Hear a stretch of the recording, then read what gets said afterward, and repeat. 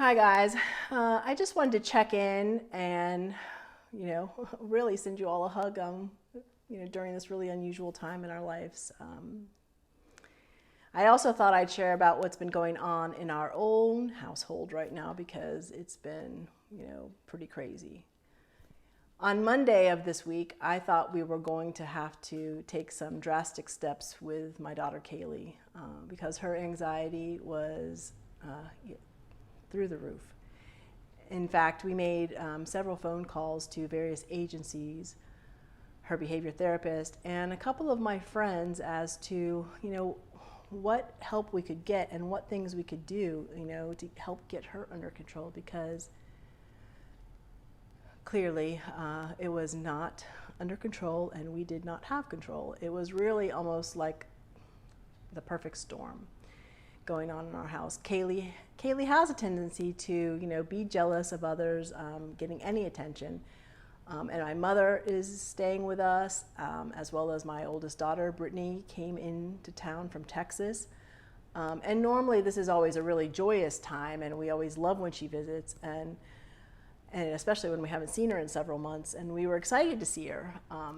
But then Kaylee's job got canceled, and then school started canceling or closing, and businesses began to shut down, and Kaylee's schedule and her routine were totally off, just like the rest of the world. Kaylee started receiving text messages from her friends, also worried about the virus, and her phone and iPad were lit up, and these messages were creating additional havoc and stress, and her anxiety went through the roof.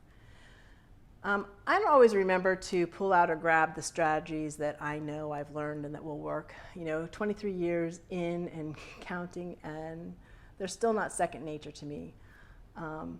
And this was not good. And by not good, I'm talking bad. It was really bad. Truthfully, the entire scene was scary. Scary for my mom, my daughter, for all of us. To witness a 5'8", 23-year-old woman having a meltdown is scary. Tom and I, didn't know what to do. Kaylee wouldn't go to her room. When we told her to, she would not go out on the front porch or sit down, so we had to ask her to finally, go outside and sit down and use your calming strategies. We told her we would set the timer for 10 minutes, and she couldn't come back in until she calmed down.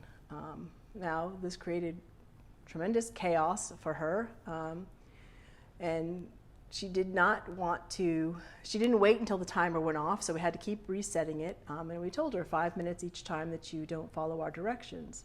I did lock the door because she was enraged, and I didn't want her to hit my mom, myself, or anybody else.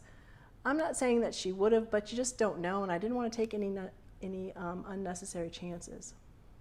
It took us about an hour of setting the timer and then resetting the timer before she was able to calm herself down, to the point that we were able to redirect her.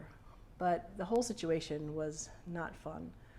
The incident scared me, scared the bejesus out of me, and it really scared all of us. And we decided as a family to put together a plan in order to help out Kaylee, as well as all of us during these really unusual times. So I thought I'd share a few things that are working for us right now. And as I said, right now, because you never know, we started with setting clear expectations, telling Kaylee that clearly, like what we expected her to do. For example, we all have to work tomorrow, but your sister has a conference call, so you're going to have to be quiet. So you can go to your room, or you can go sit on the patio and play on your iPad, but you have to be quiet. And if you yell, or if you scream, or if your behavior is not meeting our expectations, then you will lose your iPad time for today. And then we added in some family fun time, we might say forced family fun for everyone. And each of us is taking on some one-on-one time with her. We are playing games like Uno together, scheduling in some arts and crafts. In fact, last night we let Kaylee play teacher, and she taught all of us good manners. I was doing very well, but Tom needed some help. We also used this time to create and cook together, And we might even schedule a time to make cereal necklaces that you can chew and eat on, and or pretzel necklaces that we could do during a Disney movie marathon. And I also am using this time to check in with Kaylee in the morning, like a morning routine, a morning check-in, and saying, how are you? How do you feel? You know, are you tired? Are you upset? You know, are you good? Are you excited? Just asking her so she can tell me, and then we ask a little bit further, like, you know, why do you think you feel tired? Did you sleep well? And what do you think you can do that will make you feel better? Like, what's going to excite you for the day? And then we talk about that.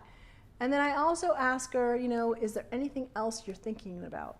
And when I questioned her about what else might be on her mind, that's when she told me that she was concerned about her friend Jack.